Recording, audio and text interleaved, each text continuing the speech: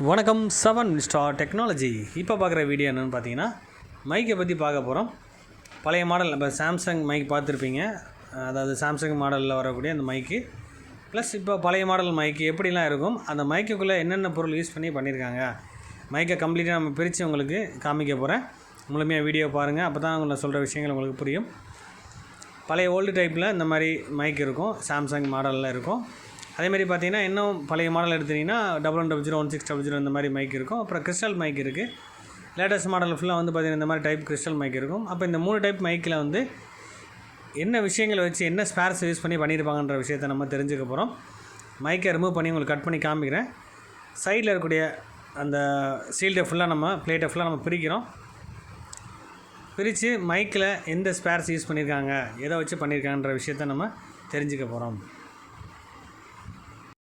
பொறுமையாக நம்ம ரிமூவ் பண்ணணும். அதாவது எந்த விஷயம் பண்ணாலும் பேசிக் கான்செப்ட்லேருந்து நீங்கள் ஃபாலோ பண்ணி வந்தீங்கன்னா கண்டிப்பாக முழுமையாக நம்ம அதை தெரிஞ்சுக்கலாம். ஏற்கனவே இதை பற்றி சொல்லியிருப்பேன் நான்.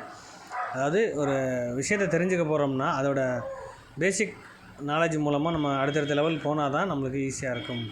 இப்போ மைக்குன்ற விஷயத்தை நம்ம எடுத்து ஃபிக்ஸ் பண்ணுறது பெரிய விஷயம் இல்லை.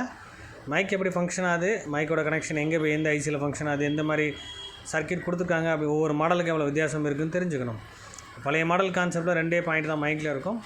இதே இப்போ வர லேட்டஸ்ட் மாடல் எல்லாமே பாருங்கள் கிறிஸ்டல் மைக் சொல்லுவாங்க. அதில் ஃபுல்லாக வந்து 3 பாயிண்ட் 4 பாயிண்ட் இந்த மாதிரி ரேஞ்சில் இருக்கும்.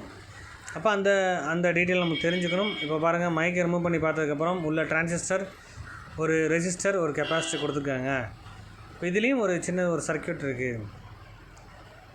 அப்போ இதுக்கு சப்ளை கொடுத்தா தான் மைக்கு, அதாவது பெரும்பாலும் மைக்குக்கு சப்ளை கொடுத்தா மட்டும் தான் வேலை செய்யும். மற்றபடி ஸ்பீக்கருக்கு சப்ளை கொடுக்கணும் அவசியம் இல்லை. சிக்னல் மூலமாக வேலை செய்யும். மைக்கை பொறுத்தவரை அதுக்குரிய சப்ளை கொடுத்தாகணும். இப்போ 2வது மைக், அதாவது பழைய டைப் ஒரு சின்ன மைக், அந்த சாம்சங் மாடலில் மைக்கை ரிமூவ் பண்ணோம். இப்போ வந்து நோக்கியாவில் ரொம்ப பழைய மாடல் இருக்க மைக்கு வந்து பார்த்திங்கன்னா கொஞ்சம் பெரிய சைஸ் மைக்காக இருக்கும். இந்த மைக்கை ரிமூவ் பண்ணது பார்க்கும்போது பாருங்கள், அதேமாதிரி டிரான்சிஸ்டருக்கு 2 கெப்பாசிட்டர், ஒரு ரெசிஸ்டர் கொடுத்துருக்காங்க. கண்டிப்பாக ப்ளஸ் ஆர் மைனஸ் சப்ளை தனியாக கொடுக்கணும். இதுக்கு கொடுத்தா தான் மைக் ஃபங்க்ஷன் ஆகும். மைக்குக்குள்ளே இருக்கக்கூடிய அந்த டிரான்சிஸ்டர் மூலமாக நம்மளுக்கு மைக்கோட சிக்னல் ரிசீவ் பண்ணி நம்மளுக்கு ஆடியோ ஏசி மூலமாக நம்ம சவுண்ட் எஃபெக்ட்டை வெளியே கொண்டு போக முடியும். அப்போ டிரான்ஸ்லேட்டிங் பண்ணும்போது கண்டிப்பாக அந்த மைக்கை தான் யூஸ் பண்ணியிருப்பாங்க. எல்லா மாடலுக்கும் கண்டிப்பாக இதே சேம் கான்செப்ட் தான் யூஸ் பண்ணியிருப்பாங்க. 2 பின் வச்ச மைக்கில். இதே நம்ம கிறிஸ்டல் மைக்கில் எப்படி இருக்குன்னு நம்ம பார்க்க போகிறோம். அப்போ அப்டேட் அதுக்கப்புறம் அப்டேட் வரக்கூடிய கான்செப்டில் என்ன இருக்குன்ற விஷயத்தை தெரிஞ்சுக்கணும்னா பேசிக்கான விஷயங்கள் முழுமையாக நம்ம தெரிஞ்சுக்கிட்டு அடுத்தடுத்த விஷயங்கள் சர்க்யூட் லெவல் போகும்போது இன்னும் டீப்பாக நம்ம சர்வீஸ் பண்ண முடியும்.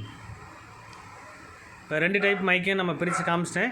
இப்போ லேட்டஸ்ட் வரக்கூடிய கிறிஸ்டல் மைக்கையும் நம்ம பிரித்து ஓப்பன் பண்ணி நம்ம பார்க்க போகிறோம். கிறிஸ்டல் மைக்கில் வந்து டேரக்ஷன் அந்த பாயிண்ட் கொடுத்துருப்பாங்க, நம்பர்ஸ் கொடுத்துருப்பாங்க. அந்த சீரியல் கனெக்ட் பண்ணி நம்ம மைக்கோட பின் டீட்டெயில் தெரிஞ்சுக்கணும். இப்போ மைக்கை நம்ம ரிமூவ் பண்ணி பார்க்க போகிறோம். அதாவது கிறிஸ்டல் மைக்கை ரிமூவ் பண்ணி பார்க்கும்போது எந்த மாதிரி அதில் ஸ்பேர்ஸ் யூஸ் பண்ணியிருக்கான்னு நம்ம தெரிஞ்சுக்க போகிறோம். பிரித்தாச்சு. உள்ளே வந்து நம்மளுக்கு பாருங்கள் மைக்குக்குள்ளே ஒரு ஆசிலேட்டர் ஒன்று கொடுத்துருப்பாங்க. கிறிஸ்டல் ஆசிலேட்டர் இருக்கும்.